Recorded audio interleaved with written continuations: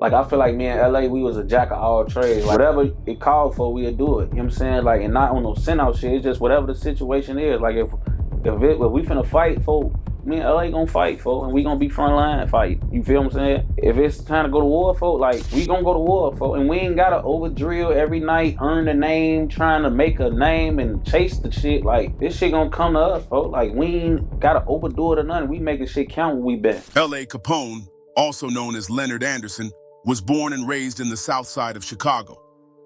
Growing up in a neighborhood marked by poverty and violence, L.A. faced challenges that would shape both his character and his music. He took on responsibilities early for his mother and 4 sisters after his parents separated. At the age of 12, L.A.'s life took a major turn when his father passed away. Allegedly, he was gunned down while trying to get away from the police. The loss was devastating, forcing him to mature quickly. To help him cope, his mother sent him to Atlanta for a few years to live with his father's side of the family. It was here that L.A. got a glimpse of a different life, one where possibilities extended beyond the streets. He attended school, played football, and even crossed paths with well-known figures like T.I.'s family, going to school with Lil Yachty. Following the tragic events with his father out of the picture, he returned back to the trenches in Chicago. The city's drill scene at the time was starting to rise. L.A. was in the streets with his homies, channeling his pain and ambition into music. His first tracks, such as Grimy and Murder, showcased his lyrical skill and authenticity. With raw bars that mirrored the life he lived, L.A. Capone quickly gained attention, becoming a promising voice in a city desperate for new talent. But his early success also placed him squarely in the crosshairs of Chicago's dangerous street politics. L.A. Capone was more than just another talented rapper. He was a rising star in Chicago's drill music scene. After returning to Southside Chicago, he reconnected with his childhood friends and aligned himself with the 600 set of the Black Disciples. Known for their street presence and musical ambition, 600 was home to other promising talents like Rondo No. 9, Tay 600, and D Rose. Together, they began to carve out a lane in the city's drill scene, blending gritty storytelling with hypnotic beats.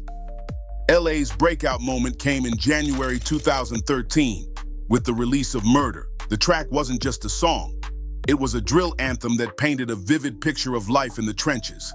His raw delivery and vivid imagery captured the attention of fans across Chicago, solidifying his place in the burgeoning drill movement.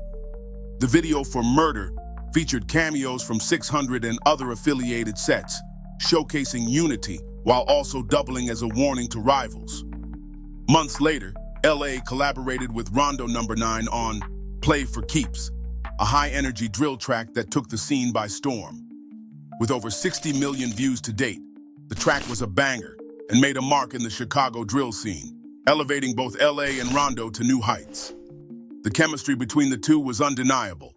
Rondo's raspy aggression paired perfectly with LA's smooth yet menacing flow. LA's music wasn't just entertainment. It was a reflection of his reality. His lyrics detailed the violence, loyalty, and betrayals that define life on Chicago's South Side. Tracks like So Loud showcased his versatility, offering a melodic departure from the usual drill sound, while still maintaining street credibility. As his fame grew, so did the tension around him. While LA's talent brought him closer to stardom, his ties to the streets and unflinching authenticity made him a target. His music was a voice for his crew, but it also fueled the rivalries that would eventually lead to his untimely death. As L.A. Capone's fame grew, so did the danger surrounding him. In the world of Chicago drill, success often came with enemies. And for L.A., that enemy was Thorough 51 Young Money, a rival set tied to the gangster Disciples. The tensions between 600 and 051 were deep-rooted, fueled by years of street conflicts and retaliatory violence. But LA's rising profile and drill lyrics turned him into a prime target. In September 2012, L.A. Capone experienced his first brush with death. He was walking with friends from 600, unarmed, on a hot day when they decided to leave their guns behind. On their way to meet up with others, they crossed paths with an op who quickly disappeared into a nearby store. Moments later, gunshots erupted. LA tried to take cover by running into the street, but he was hit in the leg. Though the injury wasn't life-threatening, the message was clear. His name was now on a hit list.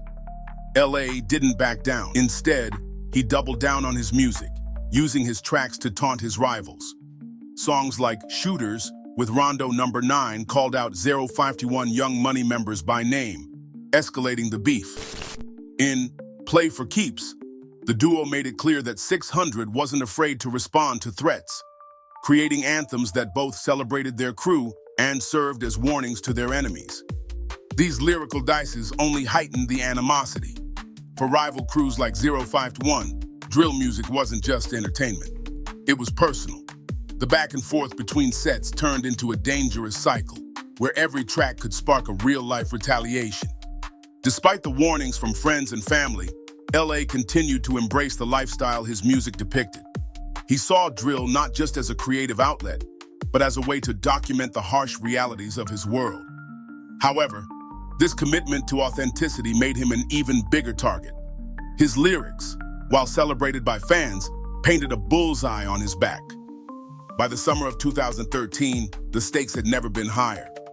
The streets of Chicago were watching, and L.A. Capone was walking a fine line between superstardom and the dangers that came with it. The studio setup and betrayal. September 26, 2013 was supposed to be another step toward greatness for L.A. Capone. He had a mixtape scheduled to drop in just over a month and was determined to finish recording his track, Brothers, a collaboration with Rondo Number 9 and Lil Durk. Earlier that day, L.A. attended court with some friends, including J.B. bin Laden, before heading to the studio in Chicago's South Shore neighborhood. It was a routine stop for L.A., but what he didn't know was that the streets had other plans. The studio was located on a quiet stretch of Stony Island Avenue, accessible by a dimly lit alley in the back. As L.A. settled in to record, someone he trusted unknowingly tipped off 051 Young Money, his most dangerous rivals. The call went out, revealing his location to those who wanted him dead. By the time L.A. stepped out of the studio hours later, 2 cars had already pulled up, their occupants waiting in the shadows. After finishing his session, L.A. exited through the studio's back entrance, walking into the alley while on his phone looking for a ride. JB stayed behind on the steps. Suddenly, the shooters emerged from their vehicles. Shots rang out, breaking the stillness of the night. L.A. was hit twice, once in the lower back, with the bullet lodging near his kidney, and once in the thigh, the round tearing through his groin. The attack was swift and calculated. As L.A. collapsed to the ground, one of the gunmen, identified later as Lil Mick from 051, stood over him, ready to finish the job. But the gun jammed and the shooters fled the scene, leaving L.A. bleeding out on the pavement. JB rushed to his side, screaming for help. L.A., struggling to breathe, managed to speak his final words. "Tell my mom and them I love her. I don't think I'm gonna make it." L.A. was rushed to Northwestern Memorial Hospital, but the damage was too severe. He lost consciousness in the ambulance and was pronounced dead during surgery at 8:30 p.m. The betrayal was complete. A star in the making had been extinguished. The murder of L.A. Capone sent shockwaves through Chicago and beyond. For his family, the loss was immeasurable. His mother, who had already endured the pain of losing L.A.'s father, was left shattered by the violent death of her son. She later recounted the heartbreak of hearing his final words, spoken to a friend moments before he succumbed to his injuries. It was a devastating reminder of how the streets had claimed yet another young life filled with promise. For L.A.'s closest friends and collaborators, the pain was just as raw.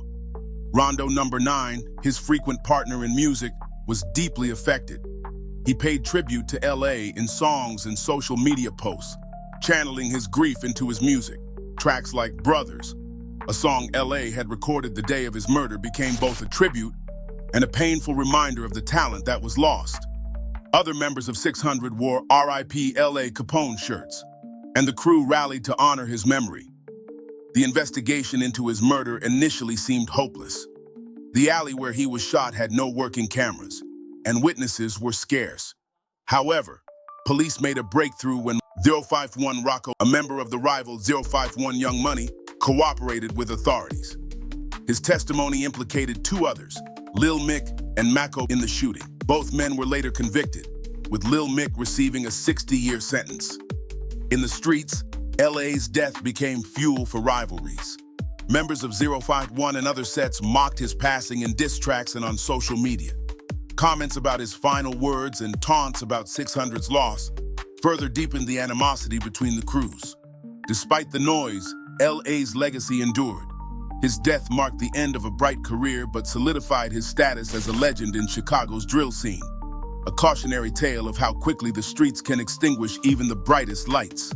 L.A. Capone's career, though tragically short, left an undeniable mark on the drill music scene. Emerging from Chicago's South Side, his gritty and raw style captured the essence of the genre, reflecting the harsh realities of street life. Known for his sharp flow and ability to craft vivid narratives, L.A. Capone became a figurehead in the drill movement, influencing a generation of artists who would follow in his footsteps. Among those influenced by his sound and style was Pop Smoke, who would go on to global prominence with his own iteration of drill music, blending the genre's raw energy with a more melodic approach. Pop Smoke's success was undoubtedly shaped by L.A. Capone's pioneering influence on the genre, helping solidify drill as an international force.